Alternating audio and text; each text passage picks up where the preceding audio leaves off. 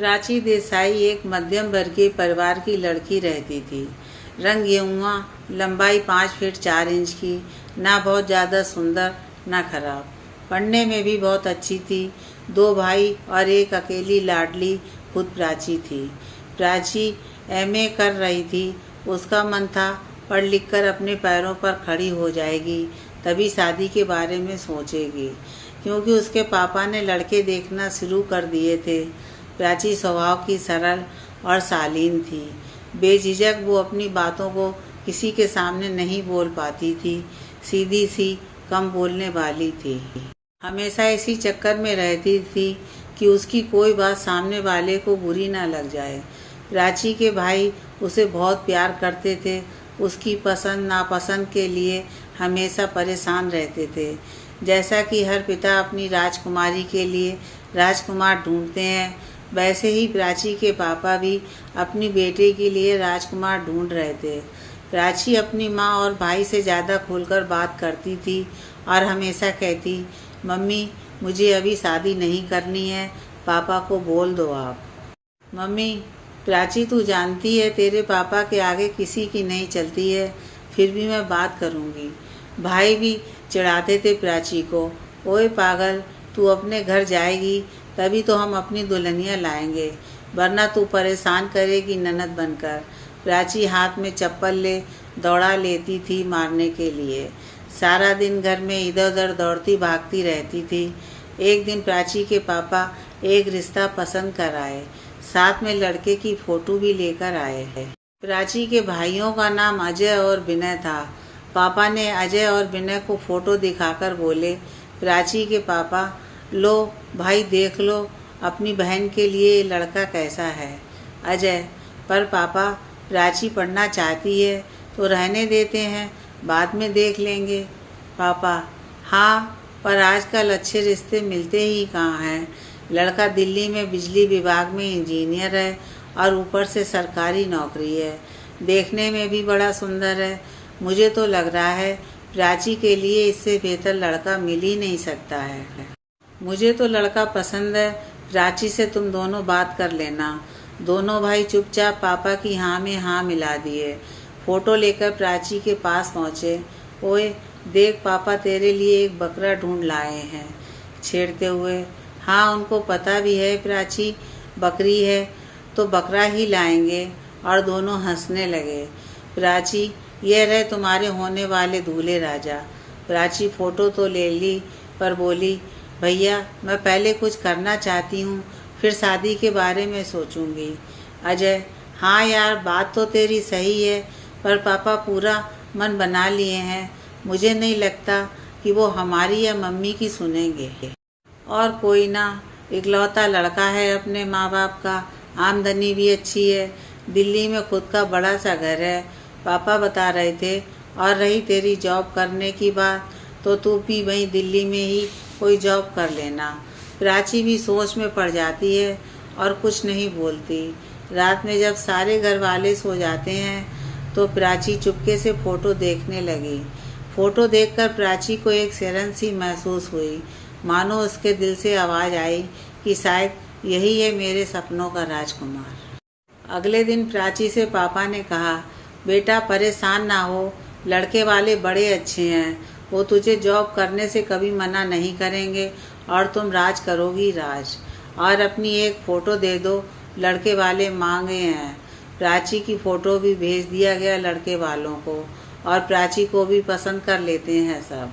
अब धीरे धीरे समय के साथ साथ उसकी शादी की बातें चलने लगी क्या, लगभग तय हो गई थी। अपनी शादी को लेकर एक लड़की के मन में 1000 तरह के सवाल तो रहते ही हैं, साथ ही एक अलग ही एहसास महसूस होता है। सिंदूर सिर्फ मांग की शोभा नहीं रहता, इसमें बड़ी ताकत होती है जिसे हम कभी नहीं देख पाते हैं, उससे भी प्यार हो ही जाता है। प्राची के मन में भी अपनी शादी को लेकर एक अलग ही एहसास चल रहा था। शादी का दिन भी धीरे धीरे पास आ गया और बड़ी ही धूमधाम से प्राची की शादी पवन देसाई के साथ हो गई। प्राची की जिंदगी पूरी तरह से बदल गई। बड़े अरमानों की डोली ले प्राची मायके की दहलीज से ससुराल की चौखट पर आ गई। सब कुछ बड़ा अलग सा था प्राची के लिए, मानो अपने सपने के महल में आ गई थी। एक तरफ जहाँ माँ बाप भाई से बिछड़ने का दर्द था, वहीं एक नया घर मिलने की खुशी भी थी। प्राची का स्वागत भी जोरों से हुआ, वो भी बड़ी खुश थी। उसके अंदर एक हलचल मचा हुआ था कि उसका पति पवन का नेचर कैसा होगा, मैं उसे पसंद आऊंगी कि नहीं, और मेरे सास ससुर का नेचर कैसा होगा मेरे लिए। इन्हीं सब उधेड़-बुन में लगी थी कि बड़े जोर जोर से रोने की आवाज़ आई बाहर आंगन से। प्राची दरवाजे की ओर से झांक कर देखने लगी तो देखती क्या है कि उसका पति पवन अपनी मम्मी को गोद में लेकर रो रहा है। बार बार I love you mama, I love you mama चिल्ला रहा है। प्राची की कुछ समझ में नहीं आ रहा था कि क्या हो रहा है। किसी से पूछती है तो पता चला कि बेहोश हो गई हैं, उनकी यही बीमारी है। और पवन अपनी मम्मी को होश में लाने के लिए पानी छिड़क रहा था। प्राची ये सब देखकर मन ही मन सोचने लगी कि जो लड़का अपनी मम्मी को इतना प्यार करता है, वो लड़का अपनी पत्नी से कितना प्यार करेगा। यही सब सोचकर प्राची मन ही मन बड़ी खुश थी। प्राची अपने अरमानों के झूले में खुशी के पंख लगाकर झूल रही थी। सारा दिन जैसे तैसे निकल गया। आखिरकार वो पल भी आ गया जिस पल का हर पति पत्नी को इंतजार रहता है। शादी की पहली रात, एक दूसरे के बारे में जानने की रात। पवन को कमरे में आया देख प्राची पूरी शर्म से लाल हो जाती है और झट से बेड से नीचे उतरकर खड़ी हो गई। पवन ने बड़े प्यार से प्राची को बेड पर बिठाया और पूछता है कि प्राची तुम खुश हो ना? प्राची, जी हाँ, मैं तो धन्य हो गई आपको पाकर, क्योंकि मैंने देखा जिस तरह से आप अपनी मम्मी जी के लिए परेशान थे ना, मुझे बहुत ही अच्छा लगा और बड़ी खुशी हुई। जो अपनी मम्मी से इतना प्यार करता है वो मुझे कितना प्यार करेगा। कहते कहते प्राची रुक गई। पवन, हाँ प्राची, मम्मी मेरी जान है। मेरे लिए सबसे पहले मम्मी है, उसके बाद ही और कोई रिश्ता है। मैं उनको जान से ज़्यादा प्यार करता हूँ और अब तुम्हें भी वही करना है। वो जितना कहें उतना ही करना, अपनी मर्जी ना चलाना, समझ गई? कड़े शब्दों में पवन बोला। इतना सुनते ही एक पल के लिए तो प्राची को बड़ा अजीब सा लगा, क्योंकि पवन ने एक बार भी उसके बारे में बात नहीं किया और ना ही कुछ पूछा। प्राची ने हाँ में जवाब दिया, क्यों नहीं, बिल्कुल, मैं अपनी पूरी कोशिश करूँगी कि परिवार में सबको खुश रख सकूँ। पवन, हाँ हाँ, ऐसा ही होना चाहिए। फिर प्राची को गले से लगा लिया और चूमने लगा। प्राची के दिल की धड़कनें तेज हो गई थीं। पवन प्राची को अपनी बाहों में भरकर प्यार करने लगा, लेकिन प्राची को पता नहीं क्यों कैसा डर सता रहा था। दोनों एक दूसरे के आगोश में समा गए। पवन को तो नींद आ गई, पर प्राची को नींद नहीं आई। वही ससुराल में पहली सुबह ही अगर देर से उठी तो सब क्या सोचेंगे उसके बारे में। उसके मन के इसी डर ने उसे सोने नहीं दिया। सुबह जल्दी से उठकर प्राची नहा धोकर तैयार हो सासू माँ के पास पहुँच गई। पैर छू आशीर्वाद ले आगे और क्या करना पूछने लगी। प्राची की सास बहुत ही स्ट्रिक्ट थी, या यूँ कहें कि उनकी बिना मर्जी के एक पत्ता भी नहीं हिलता था। प्राची की ननद भी बहुत ही स्ट्रिक्ट थी। धीरे धीरे समय के साथ साथ प्राची के लिए अब घर का माहौल पुराना सा लगने लगा और सबका स्वभाव भी प्राची को पता चल चुका था। प्राची सारा दिन दौड़ भाग करती थी, सबकी इच्छाओं का सम्मान करती थी, कभी सास का काम, कभी ससुर जी का और कभी ननद का। किसी के काम में जरा सी देरी होती तो सासू माँ के ताने और आलोचनाएं सुनने पड़ते थे। चुपके चुपके रात में रोती रहती थी। कभी कुछ पवन से कहना चाहती तो नहीं कह पाती थी, कहे भी तो कैसे। पवन मम्मी का लाडला था, कुछ भी नहीं सुनता। धीरे धीरे प्राची को इन सब की आदत होने लगी थी। काफ़ी समय के बाद प्राची के भाई प्राची को मायके लेवा लाए। अब जो प्राची वापस आई थी वो पूरी तरह से बदल चुकी थी। प्राची की मम्मी परेशान रहती और बेटी को गोद में लेकर पूछती हैं, क्या हुआ बेटा, तू पहले से इतनी शांत क्यों रहती है? क्या कोई दिक्कत है? मुझे तो बता। प्राची कुछ जवाब नहीं देती। प्राची को लगता था कि अभी मैं पहली बार गई थी शायद इसीलिए उसकी प्रॉब्लम हो रही है। समय के साथ साथ सब कुछ बदल जाएगा।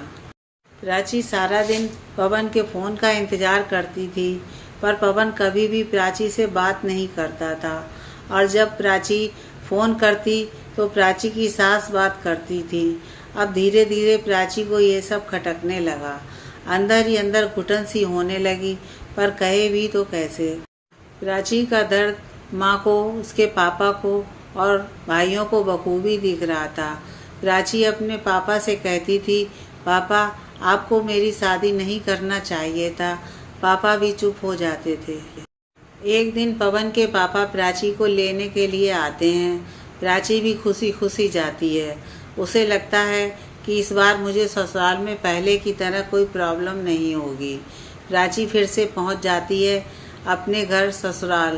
प्राची के लिए वहाँ का माहौल पहले से भी खराब मिला। पवन हमेशा अपनी मम्मी के गोद में सिर रखकर सोया रहता था। प्राची से बात करने के लिए भी उसके पास समय नहीं था।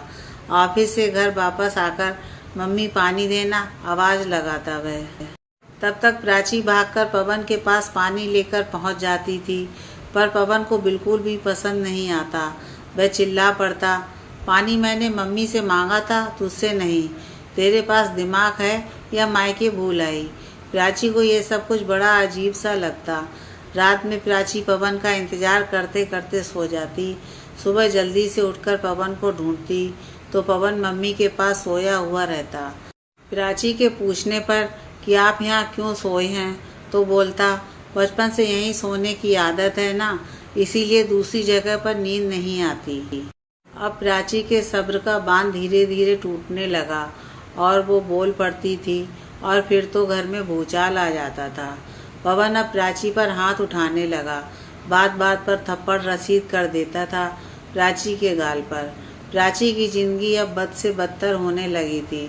सारा दिन नौकरानी की तरह काम करती थी, सास ससुर की सेवा में लगी रहती थी, और जरा सा कुछ इधर उधर होता तो सिर्फ ताने गालियां ही मिलती थीं। प्राची को अपनी किस्मत पर रोना आता। एक दिन प्राची सज धर कर पवन के आने का इंतजार कर रही थी। पवन के आते ही भागकर पवन के पास जाती है और पवन को गले से लगाकर पूछती है कि पवन, आपको मुझसे कोई शिकायत है तो कहिए ना। आपके घर वालों को मुझसे क्या प्रॉब्लम है, बताइए ना। मैं अपनी पूरी कोशिश करूंगी कि सब मुझसे खुश रहें। इतना सुनते ही पवन का दिमाग और गुस्सा सातवें आसमान पर पहुंच गया और प्राची को मारने लगा और बोला कि तू मुझे भड़का रही है मेरे परिवार वालों के खिलाफ। तेरी इतनी हिम्मत हो गई। प्राची के रोने और चिल्लाने की आवाज़ पूरे घर में गूंज उठी, पर किसी के दिल तक नहीं जाती थी। प्राची को कुछ नहीं समझ आता कि क्या करे, कैसे ये सब सही करे। हालात बद से बदतर होते जा रहे थे। हर दिन मारना पीटना पवन की आदत बन गई थी। परिवार में कोई नहीं सुनता प्राची की। पवन के लिए प्राची कोई बेकार सी पड़ी हुई चीज़ थी, इससे ज़्यादा कुछ नहीं। एक दिन अजय दिल्ली घूमने के लिए गया और सोचा कि अब यहाँ तक आया हूँ तो अपनी बहन से मिलता चलूँ। इधर पवन गुस्से से प्राची को मार रहा था। तभी अजय आकर उसका हाथ पकड़ लेता है और अपनी बहन की ऐसी हालत देखकर खींचकर एक जोरदार तमाचा जड़ देता है और बोलता है, बस अब और नहीं, बहुत हो गया। अब दर्द हुआ? अब तो मानो आसमान से बादल फटकर ज़मीन पर आ गिरा हो। पवन की मम्मी, ले जा तू अपनी बहन को यहाँ से। पता नहीं किस जन्म का बदला लिया है तुम लोगों ने, जो इसे हमारे पल्ले बांध दिया है। ना शकल ना सूरत, देख कर ही उबाल आता है। पवन, अब तो तुम दोनों भाई बहन चुपचाप यहाँ से चले जाओ, वरना अच्छा नहीं होगा। अजय, अबे जा, मेरी बहन 1 मिनट भी नहीं रहेगी यहाँ पर, कहकर प्राची को बोलता है, तू अभी चल यहाँ से, तुझे अब 1 मिनट भी मैं नहीं रहने दूंगा। दोनों भाई बहन वापस वाराणसी आ जाते हैं। लो पापा, मन भर गया ना आपकी बेटी को इस हालत में देखकर। मना कर रहा था मैं, अभी रहने देते हैं, क्या ज़रूरत है शादी की। पर नहीं, बड़ा लायक दामाद ढूंढे थे ना। देखो अपनी बेटी को, प्राची के पापा और मम्मी बस रोए जा रहे थे अपनी बेटी को देखकर। प्राची तो बस शून्य सी हो गई थी, कुछ नहीं समझ पा रही थी कि आगे क्या होगा या क्या करे। समय अपनी रफ्तार से चल रहा था। 1.5-2 महीने बीत चुके थे। प्राची को आए पर ससुराल से किसी ने भी जानने की कोशिश नहीं की कि प्राची कैसी है। कुछ दिनों के बाद प्राची को मितली चक्कर आने लगा। डॉक्टर को दिखाने पर पता चला कि प्राची प्रेग्नेंट है। प्राची की खुशी का ठिकाना नहीं था। उसके पैर जमीन पर नहीं पड़ रहे थे। उसे अभी भी उम्मीद थी कि बच्चे के आ जाने से मेरा और पवन का रिश्ता सुधर जाएगा। प्राची, मम्मी, मैं ये खुशखबरी पवन और अपने परिवार वालों को देना चाहती हूँ। मम्मी, ठीक है बेटा, एक कोशिश करके देख लो, क्योंकि बच्चे के आ जाने से पति पत्नी का रिश्ता और भी मजबूत होता है। देखते हैं ये लोग क्या कहते हैं। प्राची बड़ी हिम्मत जुटाकर पवन को फ़ोन करती है। पवन, हेलो, कौन? प्राची, पवन, मैं प्राची। पवन, तेरी हिम्मत कैसे हुई यहाँ पर फ़ोन करने की? प्राची, पवन, आप पापा बनने वाले हैं, मैं प्रेग्नेंट हूँ। क्या हम दोनों एक दूसरे को एक मौका और नहीं दे सकते? पवन, मेरा तुमसे और बच्चे दोनों से कुछ नहीं लेना देना है और सोचना भी मत वापस आने की। पता नहीं किसका पाप मेरे मत्थे मरना चाहती है और आइंदा से मुझे फ़ोन मत करना, नफरत है मुझे तुमसे, कहकर पवन ने फ़ोन काट दिया। प्राची ज़ोर ज़ोर से रोने लगी और कहती कि अब मैं क्या करूं, कहाँ जाऊं, किसके सहारे जीऊं। दोनों भाई, प्राची के पापा मम्मी, सब प्राची को अपनी बाहों में लेकर रोने लगे। प्राची को अब अपने बच्चे की चिंता सताने लगी। प्राची के पापा अंदर ही अंदर रोज़ मरते। एक दिन प्राची के नाम का लेटर आता है। प्राची खुशी से उछल पड़ती। उसे लगा पक्का पवन का ही होगा। आखिरकार अपनी गलती का एहसास हो ही गया पवन को। सोचते हुए लेटर खोलती है तो हैरान हो जाती है। उसके हाथ से लेटर छूटकर नीचे गिर गया। जब अजय ने लेटर देखा तो कोई लेटर नहीं बल्कि तलाक का पेपर था और उस पर पवन के सिग्नेचर भी। अजय भी हैरान हो गया। उसे भी कुछ समझ में नहीं आ रहा था कि क्या करे, प्राची को क्या समझाए, कौन सा संतावना दे। हमारे देश में, हमारे समाज में तलाक शब्द किसी अभिशाप से कम नहीं माना जाता है। तभी तो लड़कियां 1000 दुख सह लेंगी, लेकिन तलाक शब्द से ही डर जाती हैं। प्राची के तलाक की खबर आग की तरह पूरे मोहल्ले में फैल गई। जितनी मुंह उतनी बातें। कोई कहता, अरे क्या हुआ, हर कोई परफेक्ट नहीं होता है, आज मारेगा तो क्या कल प्यार भी तो करेगा। किसी किसी को बड़ा प्यार आता प्राची पर तो कह देता कि अरे अभी उम्र ही क्या है, भरी जवानी अकेली कैसे काटेगी। कोई कहता अब क्या, अब तो बच्चा भी होने वाला है। तो कोई कहता होने वाला है, हुआ थोड़ी है, बच्चे को गिराकर दूसरी शादी कर देनी चाहिए प्राची की। प्राची की मम्मी को भी लगने लगा कि हाँ सही बात है, सब सही कहते हैं, प्राची का अबॉर्शन कराकर दूसरी शादी कर देंगे। एक दिन हिम्मत करके प्राची की मम्मी ने प्राची के पापा से कहा, क्यों ना हम प्राची की दोबारा से शादी कर दें। प्राची के पापा, पागल हो गई हो तुम, ये भी कोई वक्त है प्राची से किस मुंह से पूछें। प्राची को देखकर मेरा कलेजा फटता है। उसकी आंखों में आंखें डालकर मैं देख नहीं पाता। जिस दिन से प्राची यहाँ आई है उस दिन से मैं सोया नहीं हूँ। आग लगे ज़माने को, मैं हर फैसले में अपनी बेटी के साथ हूँ और हमेशा रहूँगा। मैं अपने जीते जी उसको अकेला महसूस नहीं होने दूँगा। मुझसे जो बन पड़ा वो सब करूँगा।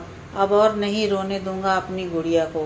प्राची के पापा प्राची को अपने पास बैठाकर पूछते हैं कि बोल बेटा, तू क्या चाहती है। वापस उस घर में अब मैं तुम्हें नहीं भेज सकता। अब बता, इस बच्चे के बारे में तेरा क्या फैसला है। प्राची समझ गई थी पापा क्या कहना चाहते हैं। प्राची, पापा, अपने बच्चे को जन्म दूंगी और पालूंगी। अपने बच्चे की माँ भी मैं और बाप भी मैं ही। मुझे दोबारा से शादी वादी नहीं करनी और अब मुझे भी उस जानवर से तलाक चाहिए। पापा प्राची को अपलक देखते रह गए और बोले कि आज मेरी गुड़िया कितनी बड़ी और समझदार हो गई है। अब मुझे भी कोई डर नहीं है। तुझे जो भी करना है तू कर, मैं तेरे हर फैसले में तेरे साथ हूँ। प्राची, थैंक यू पापा कहकर पापा से लिपट कर रो पड़ी। धीरे धीरे समय बीतता गया और 9 महीने बाद प्राची को बड़ी ही प्यारी बेटी पैदा हुई। पूरा परिवार खुशी से झूम उठा। प्राची अपनी बेटी को गोद में लेकर चूमने लगी और बोली, मैं तेरी माँ भी हूँ और पापा भी। अकेले ही मैं तुझे पाल पोस कर बड़ी करूँगी और दिखा दूँगी सबको कि मुझे किसी पुरुष के सहारे की ज़रूरत नहीं है। प्राची के दोनों भाइयों की भी शादी हो गई। प्राची भी अपनी पढ़ाई पूरी कर चुकी थी और एक स्कूल में पढ़ाने लगी थी। प्राची बड़ी ही अच्छी टीचर थी। एक दिन प्राची ने अपने पापा से कहा कि पापा, मैं सोच रही थी कि मैं एक किराए पर घर ले लूं। मैं कब तक ऐसे रहूंगी? मैं अपना अलग से एक घर अपनी बेटी के लिए बनाना चाहती हूँ। पापा कुछ भी नहीं बोले और चुपचाप वहाँ से कहीं चले गए। और शाम को जब वापस आए तो उनके हाथ में कोई पेपर था और प्राची को देकर बोले, ये ले बेटा अपना घर, अब किराए पर घर लेने की कोई ज़रूरत नहीं है। प्राची ने देखा पापा ने अपना दूसरा वाला घर प्राची के नाम कर दिया है। प्राची के तलाक का केस दर्ज हो गया था और जब जब सुनवाई होती प्राची जाती थी। प्राची की बेटी भी 3 साल की हो गई थी और अब तो वो भी कभी कभी पूछती थी, मम्मा पापा कहाँ हैं, हमारे साथ क्यों नहीं रहते। प्राची को जवाब नहीं देती और इधर उधर की बातें बनाकर बेटी को बहला दिया करती थी और अकेले में बैठकर जोर जोर से रोती थी और सोचती थी कि क्या करूं, मैं अपनी बेटी को कैसे समझाऊं। प्राची की तलाक की हियरिंग थी, उसे जाना था। बेटी की तबीयत भी खराब थी तो प्राची ने सोचा कि चलो बेटी को भी साथ ले चलती हूँ। इधर प्राची अपनी बेटी और पापा के साथ गई थी, उधर पवन अपनी माँ के साथ आया था। पवन पहली बार देखा कि प्राची के साथ एक छोटी सी बच्ची भी है और वो ध्यान से उसकी तरफ देखने लगा और मन ही मन सोचने लगा कि कहीं ये मेरी बच्ची तो नहीं है। प्राची की बेटी का नाम स्वीटी था। प्राची ने अपनी बेटी से कहा कि तू बार बार पूछती हो पापा के बारे में, ये हैं तेरे पापा जिन्होंने मुझे उस वक्त छोड़ा था जब तू 1 महीने की मेरे पेट में थी।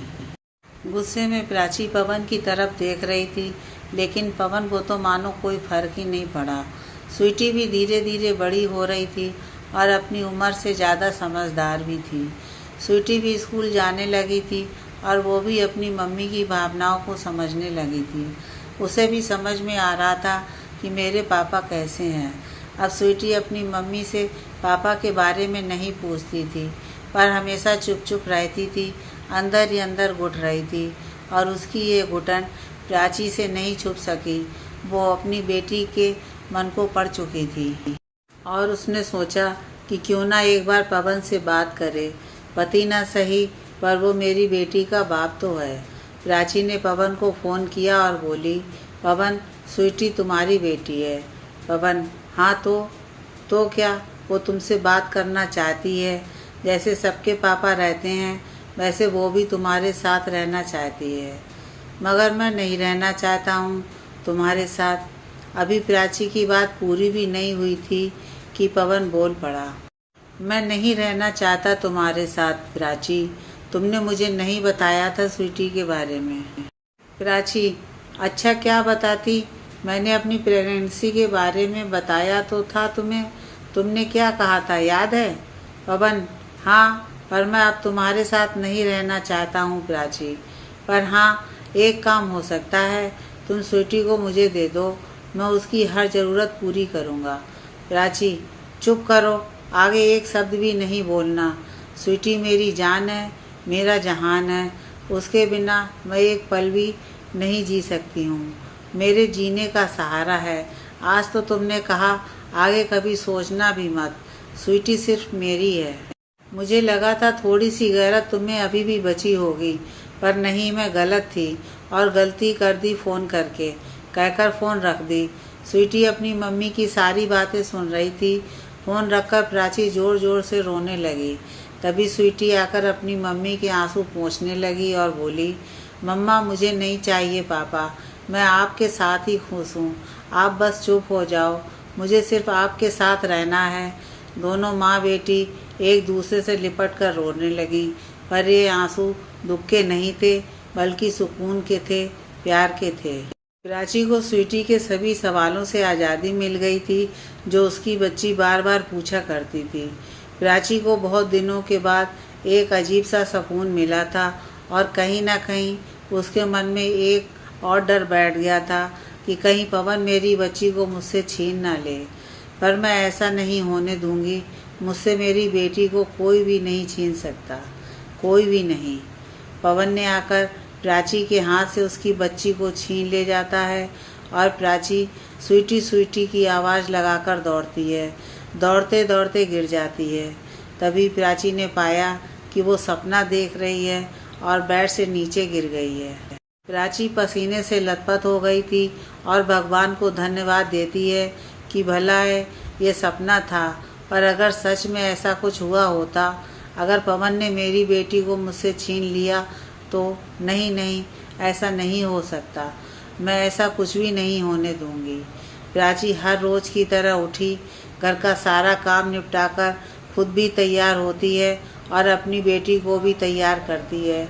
स्कूल से अपनी बेटी को छोड़कर खुद अपने स्कूल जाती है। प्राची की ज़िंदगी कांटों से भरी हुई थी, ऊपर से पति के तलाक के बाद तो और भी नर्क बन गई थी। लोगों के हजार तरह के ताने उलाहने सुनती थी। कोई बेचारी बेचारी कहकर बुलाता, तो कोई अजीब सी चुभन भरी नज़रों से देखता था।